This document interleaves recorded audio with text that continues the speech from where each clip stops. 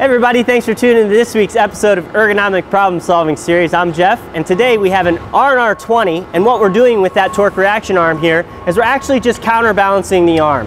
So we put the mag drill at the end of it, and we gave it the ability to rotate on the horizontal axis so that you can get a 90-degree rotation, and that way you can align on different parts, engage the magnet, and still do your drilling operation while having the tool weightless.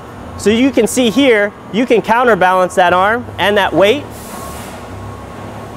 virtually with just one finger. And then from there, you'll be able to rotate it into that vertical position, lock the pin, and then from there, you'll just align over a part on a vertical surface, engage that magnet, do your drilling operation. We'll be able to solve your counterbalancing issues. Give us a call this week, 1-800-837-2503.